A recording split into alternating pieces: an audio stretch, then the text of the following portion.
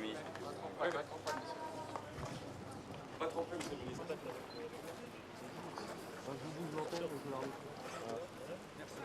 Je veux vous dire de façon nette que le gouvernement n'ira pas plus loin.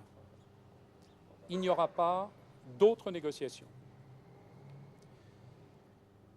Il faut que les chefs d'entreprise qui sont en cause dans cette affaire et dans ce mouvement prennent la mesure.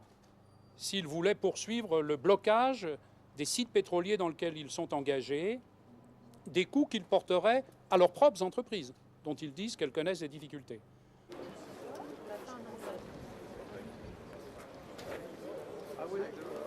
Le gouvernement a fait tout ce qui était possible et j'appelle donc ces responsables d'organisations patronales, ces chefs d'entreprise,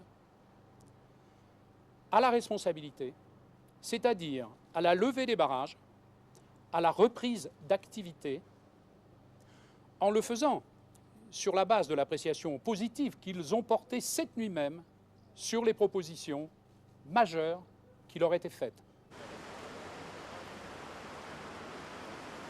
Et d'adapter des nouvelles solutions, et ben, il s'est passé, c'est que la base, effectivement, les avancées avaient été positives.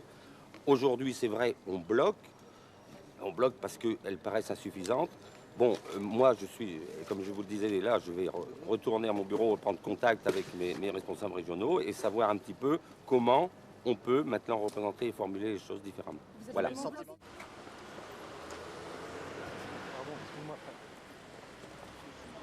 Nous avons eu sur ce point les précisions que nous souhaitions quant à un mécanisme qui permet de dire aux transporteurs aujourd'hui que l'État prendra en charge 40% des augmentations futures à partir du 4e trimestre 2000 et pendant toute l'année 2001. Voilà les précisions et les confirmations que nous avons obtenues ce matin.